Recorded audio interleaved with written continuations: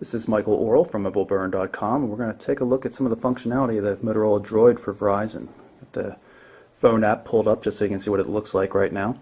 Simple dial pad, call log, and of course contacts. A lot of functionality in the contacts now. Since there are so many different accounts that can be added to the device, you can choose which accounts you're going to sync up with. You can see we've got 2 Gmail accounts and Facebook synced up right now. You can also sync up Exchange, and if we go into display options, you can see how you're given options in terms of which groups from each source you want to select or have displayed, which is pretty handy. Of course, there's favorite contacts, which shows just the starred contacts as well. One of the things that is new to Android 2.0 is the ability to tap on contact photos and get quick access to direct functionality, email, messaging, view the contact, or call them. Of course, if you pick somebody with Facebook linked up, you also get a status message and the ability to go into Facebook, and if there's no email address, there won't be an email icon there. It's pretty handy. There's voice dialing support on the device, but since there's no hardware call send and call end keys, there's no easy way to dial voice dial except to pull up the application from the menu or on the home screen. Call John Doe. You can see we have John Doe right here. We'll call him. You'll notice that there is Google Voice support integrated right into the device. You can have it prompt or automatically use Google Voice or regular calls. Text messaging is not integrated into the main Android system, though. It goes into its own separate Google Voice application. The home screen does work in landscape orientation as well. So we'll do it this way for the rest of the review, just because it makes it a little bit easier to see. If you grab this status bar up here, pull it down, you can see we've got a text message, and it shows the threaded SMS view. And you can also see, if you look up there, that we have a new visual voicemail. Going to turn on the speaker, and then we're going to play the message. The test message for the Verizon Motorola Droid visual voicemail system. And now we can remove it. I'm going to pull up Gmail, take a look at it. See, it looks pretty much like the prior generation of Gmail on Android, except now you have some additional options. Of course, we've always had the ability to view starred messages and things like that. So we can look at an example of some formatted text.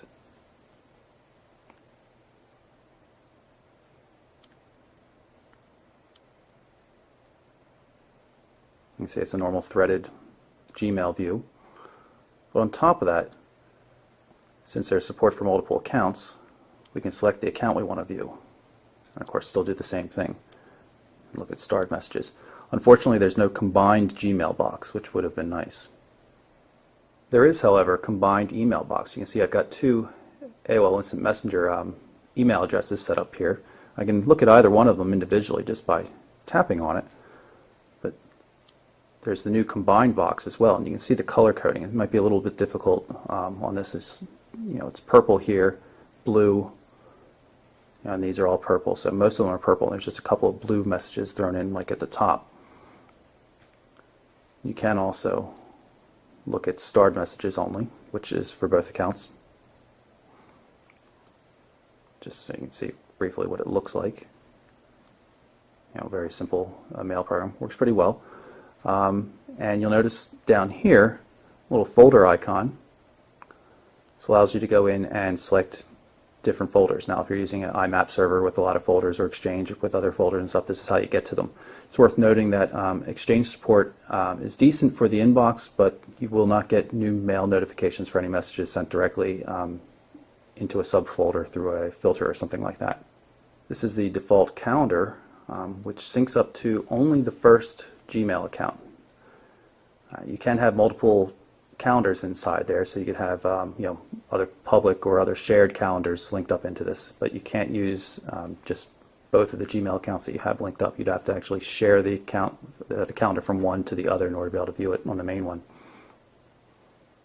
Of course, we have day view, agenda view, all sorts of things like that, repeating, and reminders as well. Corporate calendar looks just like that, except it works from the Exchange and only from the first Exchange account if you happen to have multiple Exchange accounts. This Facebook application comes pre-installed on the device, and it takes advantage of the new synchronization API on Android 2.0. This is how the contacts get integrated into the main contacts application. It's a pretty decent Facebook application. I'm not a heavy Facebook user at all, so I wouldn't be the best judge of that, but it seems to work pretty well for me. Did have a few problems uploading photos. Eventually they went through though. If you're looking for an application that's not pre-installed though, you need to go to the new Android Market, which you'll notice is now white versus what we saw on Cupcake in earlier versions. Really nice functionality here. The application is definitely better sorting, like that you can view top paid or top free and just new applications. So if you're not looking to spend any money, it's very easy to find what's new and interesting in terms of free apps. You can of course always search as well. If you want to download and install an application, it's quite easy. You just select one from one of the catalogs. You can read about the application, look at some screenshots and user comments. Tap on install, agree to some security issues, and you'll see the downloading icon comes in the task tray right there.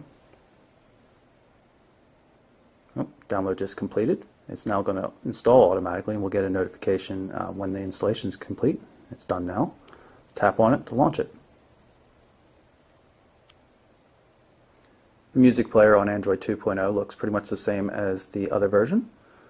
You have music sorted by artist, album, track name, and of course playlist support as well.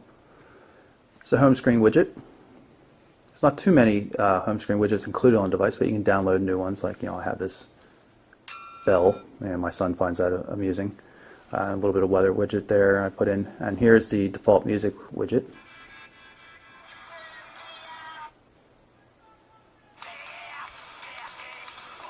This is also a default widget here for controlling screen brightness, automatic data synchronization, GPS, Bluetooth, and Wi-Fi.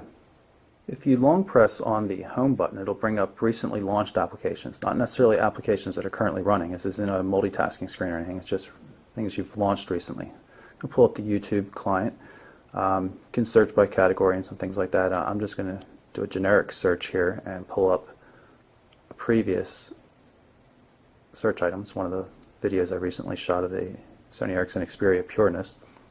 This is coming through on a 3G connection, so the quality is not too great by default. There is a watch in high quality mode, but it takes a long time to buffer over 3G, and I've been having some problems with Wi-Fi and YouTube, while Wi-Fi's been working fine with other applications. But you can see once it comes up, quality's pretty decent.